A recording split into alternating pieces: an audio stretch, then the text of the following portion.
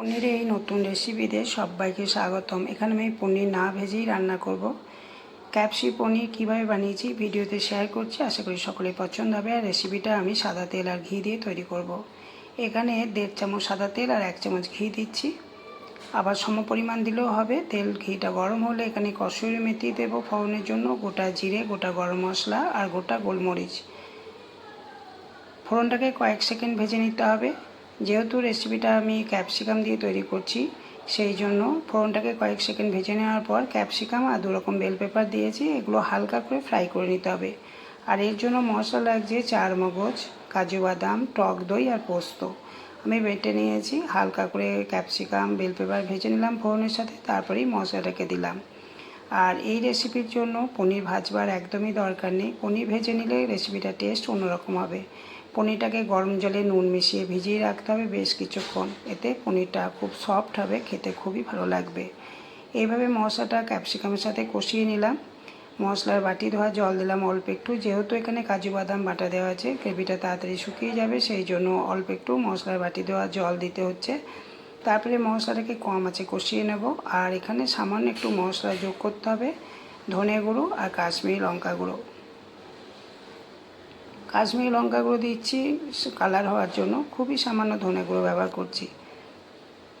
Capsicum ভাজবার সময় আমি নুন দিয়ে দিয়েছিলাম, আর পনির যখন গরম জলে ভিজিয়ে রেখেছিলাম তখনও নুন ব্যবহার করেছি, সেই জন্য নুনের পরিমাণটা বুঝে দিতে হবে।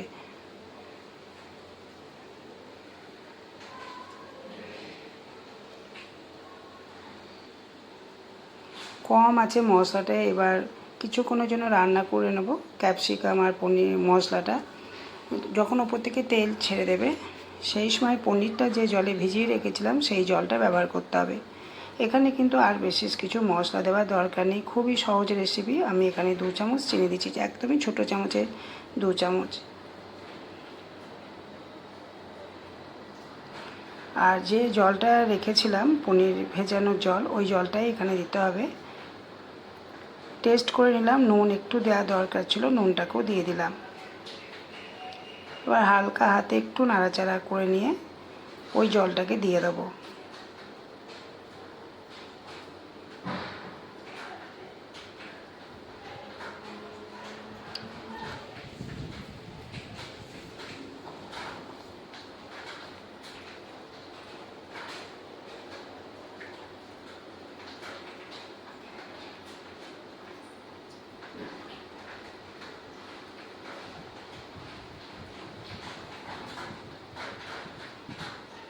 তেলটা উপরে উঠে আসার পরেই এই জলটা ব্যবহার করতে হবে, পনিরের জলটাকে ফেলে দিলে হবে না, এই জলটা দিলে রেসিপি টেস্টটা খুবই ভালো আসবে। এবার গ্রেভিটা ফোটার জন্য অপেক্ষা করতে হবে। গ্রেভিটা ফুটে গেলেই পনিরটাকে ছেড়ে দেওয়ার পর 5 মিনিট মতো রান্না করতে হবে। মিডিয়াম টু লো ফ্লেমে রান্নাটা করতে হবে, কারণ পনিরটা যেহেতু গরম জলে ভেজানো ছিল, সেই জন্য পনিরটা অনেকটাই সফট হয়ে যাবে। আর এখানে হাই হাই আঁচে রান্না করা দরকার নেই, একদম আঁচ কমিয়ে রান্নাটা করতে হবে। এরপর পনিরটাকে দিচ্ছি। বাচ্চারা খেলে লঙ্কা দেওয়ার দরকার নেই, আমি এখানে 4-5টা কাঁচা লঙ্কা ফাটিয়ে দিয়ে দিলাম।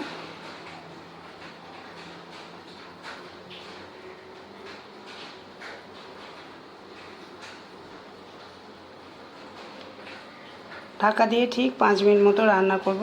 অপরদিকে আরেকটা ওভেনে ছোট্ট প্যান বসিয়েছি, এই প্যানে দিচ্ছি 1 চামচ ঘি, 1 চামচ মতো কসুরি মেথি আর সামান্য একটু কাশ্মীরি লঙ্কা গুঁড়ো হালকা করে সাঁতলে নিয়ে পনিরের ওপর ছড়িয়ে দেবো। এই মশলাটা দিলে, এই সাঁতলানোটা সব শেষে দিলে পনিরের টেস্টটা খুবই ভালো আসবে। পনিরটা যখন ঠান্ডা হয়ে যাবে তখন গ্রেভিটা একদমই কমে যাবে। আমি এই ঘি, কসুরি মেথি আর কাশ্মীরি লঙ্কা গুঁড়ো দিয়ে যেটা সাঁতলালাম সব শেষে দিয়ে একটু নাড়াচাড়া করে ঢাকা দিয়ে আঁচটাকে কমিয়ে 1 মিনিট মতো রেখে দেবো। আজকে ক্যাপসি পনির রেসিপিটা এইভাবে তৈরি করলাম। যদি রেসিপি পছন্দ হয় ভিডিও শেষে একটা লাইক কমেন্ট করার জন্য অনুরোধ করব। আশা করি আজকের রেসিপি পছন্দ হয়েছে। নেক্সট দিন অন্য একটা রেসিপি নিয়ে আসবো।